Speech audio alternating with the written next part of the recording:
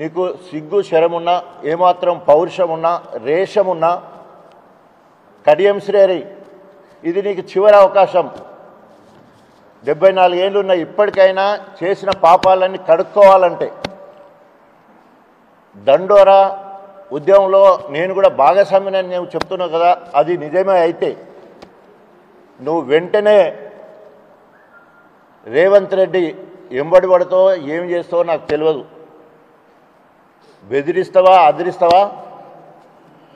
జమిడికా ఉంటుంది, బయన్లోళ్ళు కొట్టే జమిడికా ఉంటుంది. ఇప్పుడు నేను మాదిగా చెప్పుకోవడానికి గర్వపడతాను. I am doctor Tatikonda Rajaiah Madiga. డప్పు కొట్టమంటే నా సామిరంగా కొడతా, చెప్పు కుట్టమంటే కూడా కుడతా. మరి ఆయన నిజంగానే బయలుదేరైతే జమిడికం కొట్టి, అది కుల గౌరవానికి ప్రతీక. జమిడికం కొట్టి రేవంత్ రెడ్డి నొప్పించి మరి ఎస్సీలను ఏబీసీలుగా వర్గీకరణ అయ్యటానికి సిద్ధంగా ఉన్నది. ఎవరు ఆపే పరిస్థితి లేదు. కానీ ఇత్తేసి పొత్తు కలపాలంటారు కదా, ఆ పని చేయడానికైనా కనీసం ఇప్పటికైనా నీ చేతిలో ఆనాడు అధికార పార్టీలో టీడీపీలో, ఈనాడు మళ్ళీ అధికార పార్టీకి అవకాశవాదంగా పోయినావు. నువ్వు నీతో పాటు మాదిగా ఎమ్మెల్యేలు ఉన్నారు, వాళ్ళు పనికత్తులు అవుతారు, గూటాలు అవుతారు.